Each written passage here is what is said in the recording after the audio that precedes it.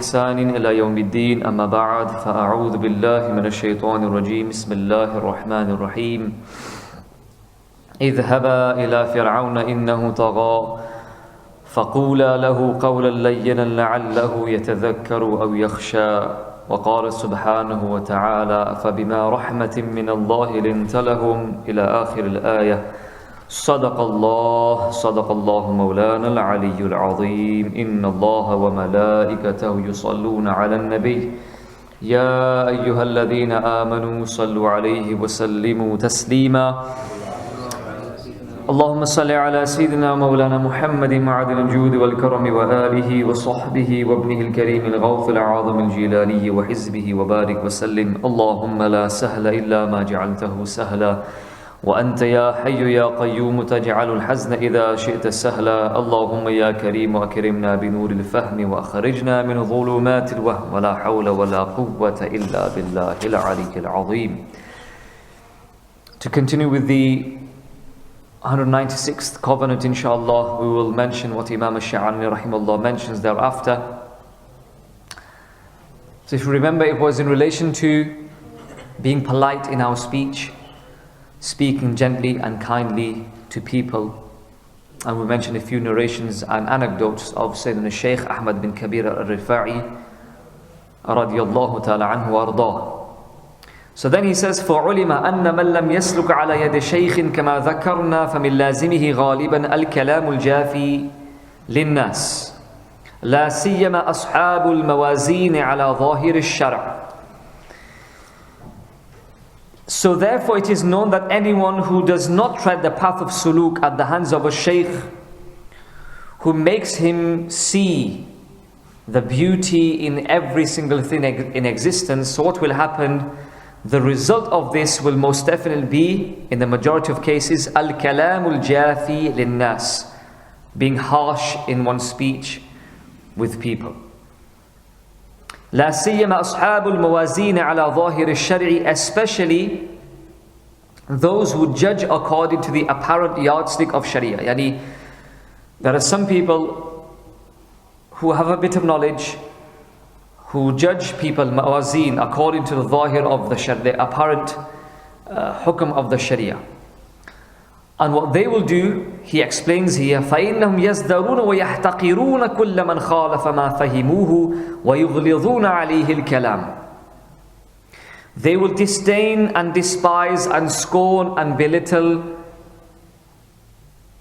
everyone who disagrees with what they have understood in terms of an opinion, even if it is a furu'i ruling, a subsidiary, secondary ruling. Yes, obviously, ikhtilaf in aqidah, in daruriyatul deen is not accepted. But if there is within people of the same madhab, the same maslak, the same aqidah, there is a difference of opinion in furu'i rulings, then we should not be harsh. This is what he says here. They actually disdain and scorn the other people, the people who disagree with their opinion. وَيُغْلِظُونَ عَلَيْهِ الْكَلَامِ, and they become, their speech becomes very harsh. إِلَّا إِنْ كَانَ لَهُ مَالٌ أَوْ جَاهٌ. Now this hard talk and harsh speech of these so-called outward scholars is only for people who are of a lower class in society. If he's a business tycoon, mal wala hai, party wala hai, business wala hai, they won't say anything. If he's a person of jah, a status in society, they won't say anything. This is what Imam mentions 500 years ago. And look at the status of people now, as opposed to the likes of Urafa, like Huzu Mufti Azim Al-Azhari rahmatullah. Even if it was a police, he would tell him off. We mentioned that incident. He was from the Sadat, the policeman, the head general, and then he explained, subhanallah, how to follow the sunnah of the Prophet sallallahu alaihi wasallam. Huzu Mufti Azim rahmatullah Al-Azhari rahmatullah actually said, Karu madhi ahle duwal raza, pare is bala mein meri bala, main gada hu apne kareem ka, mere deen pare na nahi. Subhanallah. So, had the same yardstick for everyone. Not that if he's a businessman, if he's a rich person, if he's an affluent person, if he's an influential person, they won't do Amr bil Ma'ruf wa Nahy Munkar. No. كما هو مشاهد منهم, just as it is mentioned, كما هو مشاهد منهم حال خطابهم الأمراء والمباشرين مع علمهم بمظالمهم وشربهم الخمر وتضييع الصلاة وغير ذلك. As it is witnessed when such people who have not followed the path of tasawwuf are just judging people according to the little bit of knowledge that they have, and they've not even understood it properly, they've not even got the etiquette of this knowledge. When they address al-umara, leaders, wal-mubashirin, and the court ushers, the bailiffs, and people who are affiliated with the government or people of authority, you will understand this, and you realize how they are different when they speak to the umara as opposed to when they speak to the poor people or people of in inverted commas, obviously the low class in society. Yeah. In spite the fact of their knowledge, in spite the fact that these so-called Zahiri people, they have full knowledge of their oppression, and that they drink alcohol, and that they earn money through fraudulent means, and that they tadi'u salah, they miss their prayers, etc., etc. In spite of all of this, what they will do, فَيَتَلَطَّفُونَ بِهِمْ فِي حَالِ خِطَابٍ أَشَدَّ الْمُلَاطَفَةِ. They will be very polite, very gentle and very kind. जब जो मालदार party वालों उसके साथ बात करनी होती है तो बड़े अच्छे नरमी के साथ समझाते हैं, और कोई बेचारा है, न कोई उसके पास ख़ानदान वाले हैं, जैसे कि आज माशाल्लाह वो कोई बेचारा हो, एक ऐसे गांव से आया हो कि उसके गांव वाले यहाँ पर ना हो, तो उसको झाड़ते हैं खूब, क्योंकि उसके साथ कोई वो खड़ा होने वाला नहीं है. लेकिन जब किसी मालदार पार्टी वालों के साथ खूब वो पिज्ज़े खिलाने वाला हो और चिप्स खिलाने वाला हो, उसके साथ बड़ी नरमी के साथ गुफ्तगू करेंगे. بخلاف من لا مال له ولا جاه من الحشاشين وأصحاب الكتب, as opposed to the way they address, the way they speak to people who don't have wealth, who don't have a prominent status in society, a class in society, like the firewood collectors in those days, or Ashab al-Kutub. You can translate it as kutub means books, obviously, so people who would take registers from one place to another, in the courts they would bring the books in front of the judge. You can call them the tea boy or the office boy nowadays. Servants. ولو فتح الله عيون بصائر هؤلاء لتلطفوا في كلامهم لسائر المسلمين. If Allah subhanahu opened their eyes of insight, لتلطفوا في كلامهم لسائر المسلمين, they would have been polite with everyone from the Muslims, whether they are from the high class or low class, because in the sight of Allah subhanahu wa ta'ala, a Muslim is a Muslim. Everyone has an honor. فإن ذلك أقرب إلى انقيادهم لهم وسماع وعظهم, because being polite with people, when you speak with people, when you give them nasiha, when you give them counsel, doing it in a polite manner is more close to them obeying what you say, and it will have an effect in them listening to your admonishment. Okay, this is why when we want to go out in order to call people towards salah, or people who may be taking drugs or gambling, we shouldn't be harsh on them. Okay, there is one thing obviously addressing the audience in a khitab, but when you actually go to that person, because the khitab is general, when you address that person, the first thing is you don't publicly address that person. That is the last thing that is the worst thing that you can do. Doing nasiha in public. We should do it in isolation, one-to-one. Okay? And then when we speak, we should do it in a polite manner. Being most lenient and most polite when we speak to people. Okay, so that they understand, and this draws their hearts towards you, towards obviously, and then ultimately towards the masjid. And this is why he says, وَسَمِعْتُ سَيِّدِي عَلِي الْخَوَاسَ رَحِمَهُ اللَّهُ يَقُولُ, I heard my Shaykh Ali al-Khawas rahimahullah say, من شرط الداعي إلى الله تعالى ألا يكون عنده غلظة ولا فظاظة على الفسقة المارقين. From the prerequisites of the one who invites people towards Allah subhanahu wa ta'ala, towards the deen of Allah, towards namaz, towards dhikr, towards ilm, towards as-sirat al-mustaqim, is that he should have no harshness, no impoliteness in him upon the deviant people, upon those who have deviated, the transgressors, the sinful people. इनके साथ नरमी के साथ बर्ताव करना चाहिए. जो दाई इल्लल्लाह हो, मुबल्लिग हो, दीन की तरफ लोगों को बुलाने वाला हो, मस्जिदों की तरफ लोगों की रग़बत, लोगों को राग़िब करने वाला हो, सिरात मुस्तकीम की तरफ गुनहगारों को बुलाने वाला हो, तो उसके लिए पहली शर्त क्या है कि वो नरमी इख्तियार करे. बोलने में भी नरमी, उसके अंदाज में भी नरमी हो. बल यजिबु अलैहि तलयीनुल कलाम व तक़र्रुब इला ख़वातिरिहिम बिल इहसान इलैहिम हत्ता यमीलु इलैहि फ़इज़ा Malu फ़लयंसहहुम इज़्ज़ाक. Rather, it is compulsory upon such people, upon the du'at, upon the propagators of Islam, the inviters towards Islam, to make their speech polite and to be gentle in their speech, to be kind in their speech, and to وَتَقَرُّبُ إِلَىٰ خَوَاطِرِهِمْ, to try and get across to them, close to the mindset by ihsan ilayhim, by being good to them, by doing ihsan to them. You know, you want to give nasihah to someone who's taking drugs, for example, take him out to eat, break the ice. Yeah? Don't just barge into the home first night, you know, this haram, shirk, bidah, this hadith, the Quran says this, the hadith says you've done haram, make tawbah. If you die, you might go in Jahannam. Wala hawla wala quwwata illa billah. You've got to put people away. You know, some people's, the way they come across people with nasiyah, you put people away from the mosque, people away from, rectifying. They were so close to rectifying, but then we pushed them away. So, ihsani ilayhim, do good to them, be good to them, do a favor to them.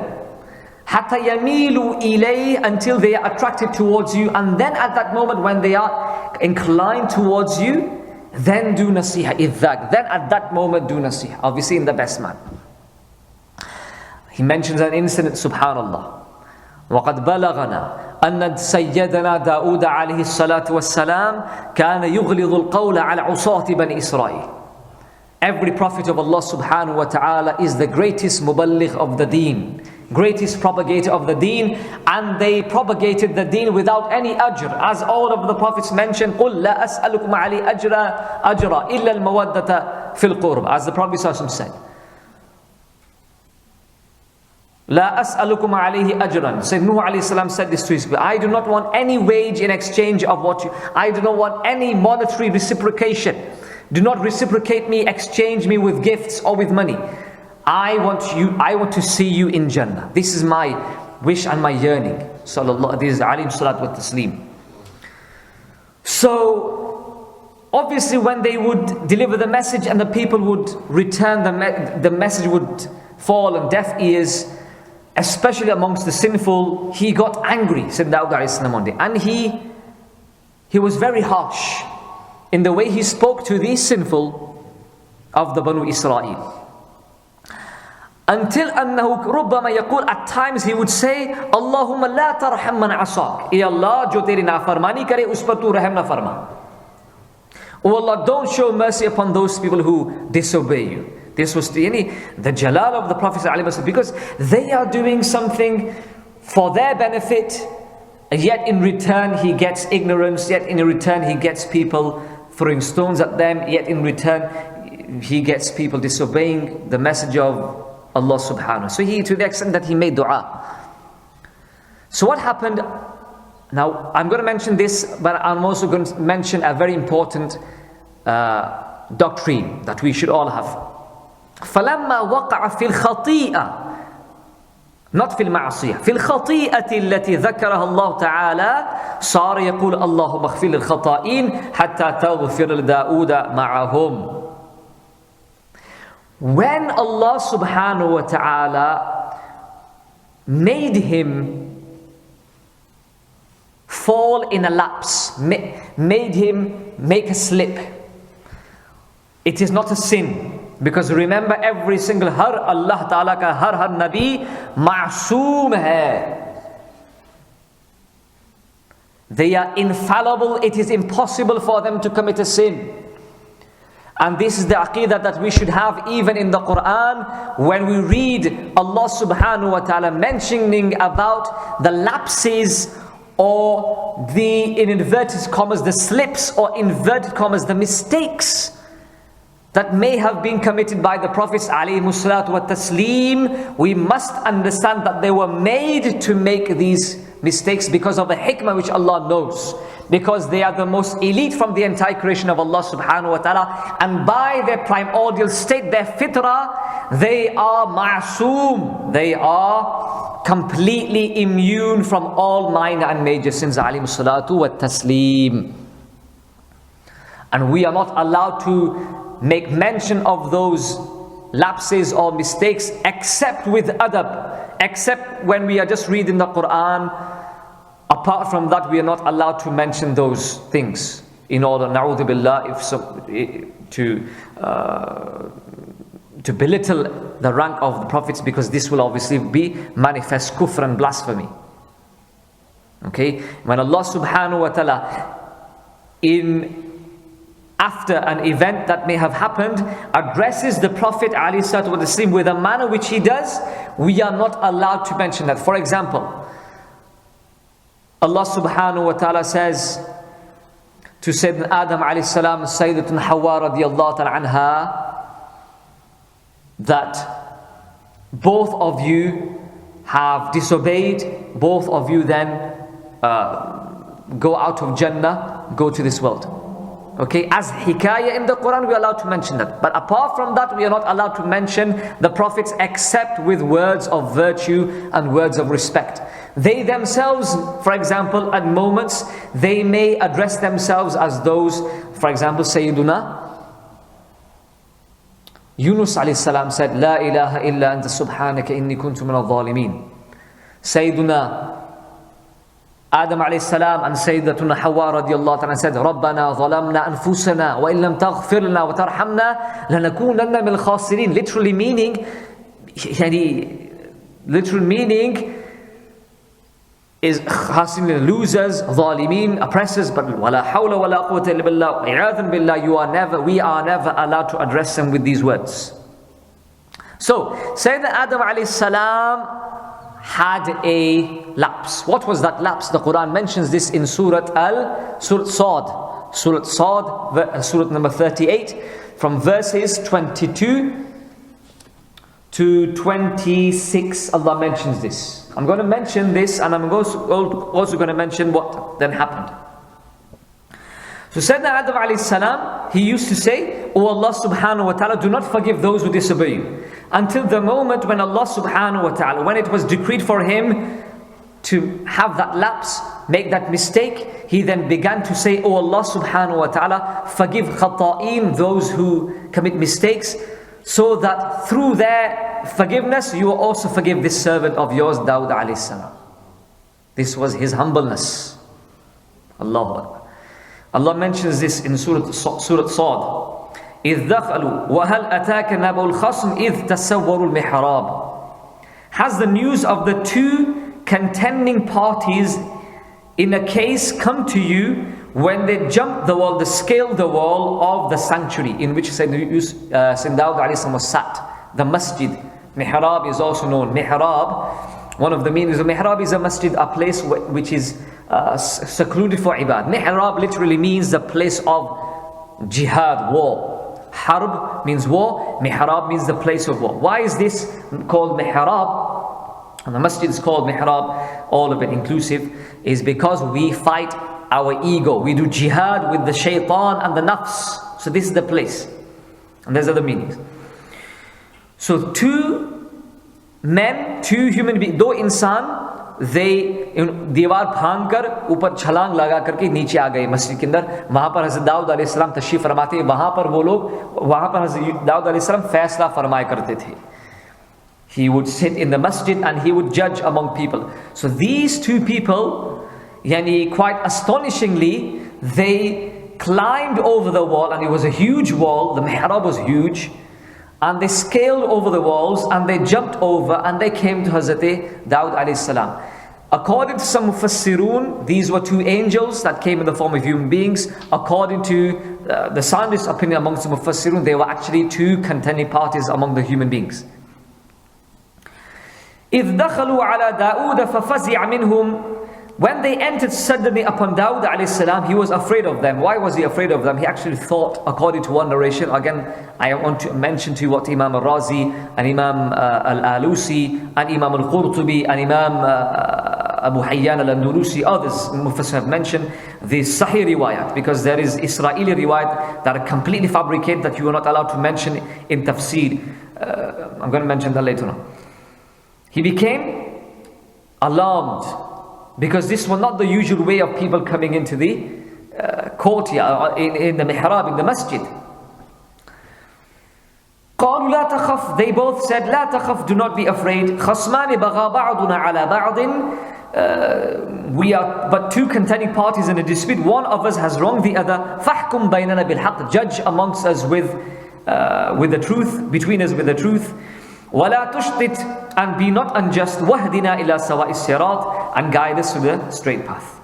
What was the story behind this? What was this lapse that we're talking about? What happened was, one day Sayyidina Dawud alayhi salam was sat, and he had 99 wives. Allah subhanahu blessed him with 99 wives. And there was a person from his Qawm known as Uriya or Awriya. So Sayyidina Dawud alayhi salam, this was the general rule in that time, that if you wanted to marry someone, you would just, especially with the hukum with the Prophet this was their sharia. It was absolutely halal for them. They would go to that person and they would say, give them the divorce. Allah will give you a better wife. You allow me to marry your ex-wife. Okay? Or in one narration it mentions, this is in tafsir I'm going to mention, this was absolutely halal and jais. The other thing was, Sayyidina Dawud alayhi salam sent a proposal for marriage to a woman, and unknowing to Hazrat Dawud alayhi salam, she was already proposed by another man, Uriya.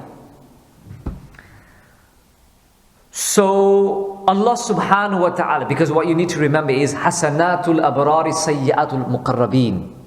What may be permissible and even an act of reward for us in our sight, but for people in close proximity to the mercy of Allah, that might be regarded as an offense. So Allah subhanahu wa ta'ala, in a beautiful manner, if I can use this word, gave him nasiyah, but I don't know in English they call it admonish, in the best manner. Two people came and they said, what? إِنَّ هَذَا أَخِي لَهُ تِسْءٌ وَتِسْعُونَ نَعْجَةً. This is my brother, he has 99 ewes, EWES, yani female sheep. وَلِيَ نَعْجَةٌ وَاحِدَةٌ, I only have one. So he has 99, I have one. فَقَالَ أَكْفِلْنِيهَا وَعَزَّنِي فِي الْخِطَابِ. He told me, hand over me the one that you have, and he dealt with me in a harsh manner. So this was, according to some narrations, a hypothetical situation that was presented, or it was a real situation. They had 99 sheep and the other person had one ewe. So he said to the other person, give me your one. So Hazrat Dawud alayhi salam, he then passed the judgment. He said, قَالَ لَقَدْ ظَلَمَكَ بِسُؤَالِ نَعَجَتِكَ إِلَى نِعَاجِهِ وَإِنَّ كَثِيرًا مِنَ الْخُلَطَاءِ لَيَبْغِي بَعْضُهُمْ عَلَى بَعْضٍ إِلَّا الَّذِينَ آمَنُوا وَعَمِلُوا الصَّالِحَاتِ وَقَلِيلٌ مَا هُمْ وَظَنَّ دَاوُودُ أَنَّمَا فَتَنَّاهُ فَاسْتَغْفَرَ رَبَّهُ وَخَرَّ رَاكِعًا وَأَنَابَ سَمِعْنَا وَأَطَعْنَا غُفْرَانَكَ رَبَّنَا وَإِلَيْكَ الْمَصِيرُ. ये आयत सजदा है, आप लोग बाद में सजदा कर लेना इंशाल्लाह, सजदे तिलावत. Say Jazakallah to me. Barakallah fiqh. Looking at me as if, subhanallah. So Dawud alayhi salam said, surely he has wronged you in demanding your ewe to act to his ewes, any female sheep. And surely many of the partners wrong each other except those who believe and do good deeds. And such people are very few. And it suddenly struck to Dawud alayhi salam that we had tested him. 99 wives. And the proposal that he made, Allah subhanahu wa ta'ala wanted him to have a greater rank. Subhanallah. So he fell down. He says, Raki'an hiya. But ulama mentioned that ruku' hiya is in the meaning of sujood. So this is why they also say when someone, हाँ, अगर आप बाहर जाएंगे रब मजलिस के बाद और फिर अंदर आएंगे, फिर मैं आयत पढ़ूंगा, दोबारा आपको सजदा करना पड़ेगा, मजलिस बदल गई. Anyhow, okay. So this ruku, this is why they give the hukam. अगर आप नमाज में हैं और आपने आयत सजदा की तिलावत की क़ियाम की हालत में और फौरन उसके बाद आपने रुकू कर लिया उसकी नियत से, तो आपका सजदा भी अदा हो जाएगा. इसलिए कि यहाँ पर is raki'an, but it's in the meaning of sajidan. समझ में आ गई बात? So he fell in prostration. और हम भी इसलिए सजदा करते हैं कि या अल्लाह तूने चूंकि इनको मजीद बुलंदी अता फरमाई, तो हम इस शुक्रिया में भी शुक्रिया के तौर पर सजदा करते हैं. सुभान अल्लाह. فغفرنا له ذلك, we forgave him that. وَإِنَّ لَهُ عِنْدَنَا لَزُلْفَى وَحُسْنَ مَآبٍ, and verily for him is nearness, he is a person of close proximity to us, and he has an excellent resort, excellent abode in the hereafter. Ye waqiyah Hazrat Dawud alayhi salam ka tha, right? Now Imam Al-Razi rahimahullah mentions many other reasons, 4 reasons why he made the tawbah, he did the repentance. There are other reports of unreliable tafasir that have taken reports from Israeli. It's called Israeli reports. That's why you need to remember, जब आप कहीं तफसीर पढ़ें या सुने तो किसी मुअतमद आलिम दीन की तफसीर पढ़ें या सुने. इसलिए कि बहुत सारे जो आजकल के जाहिल खुतबा हैं वो ऐसी ऐसी रिवायत लाते हैं जिसका शरीयत से कोई ताल्लुक नहीं है, बल्कि ख़ास अंबिया किराम की शान में गुस्ताखी होती है. जैसा कि इस वाक़े के तहत में बाज़ जाहिल लोगों ने इसराइली रिवायत वो लोग लाए हैं. And obviously the Jews and the Christians made up these fabrications. A'yadhan billah, I'm just going to warn you that they made this story to such an extent. And I told you what the Sahih Tafsir. Look at what they said, what they wrote in the fabricated and tampered Torah. They wrote, A'yadhan billah, astaghfirullah. As Dawud alayhi salam was in his room, and then his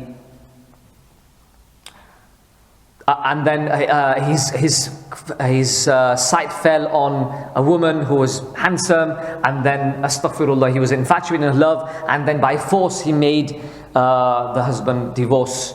Wala hawla wala quwwata illa billah. This is why I'm warning you.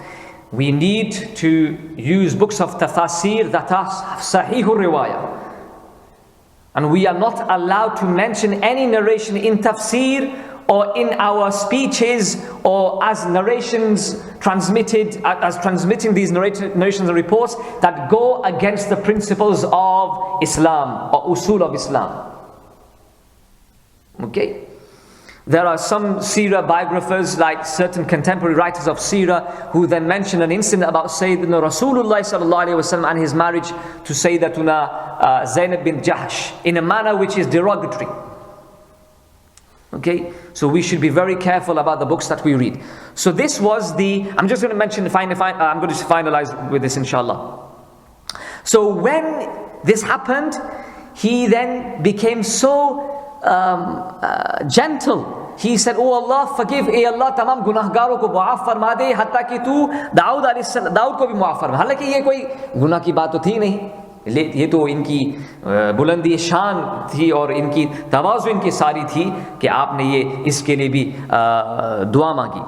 ثم أوحى الله تعالى إليه, then Allah subhanahu wa ta'ala revealed to him, Ya Dawood, المستقيم لا يحتاج إليك والأعرج أغلظت عليه بالقول حتى نفر منك ونفرت منه فلماذا أرسلت. O Dawood, as for the one who is already on the straight path, he is not in need of your admonition. Yeah?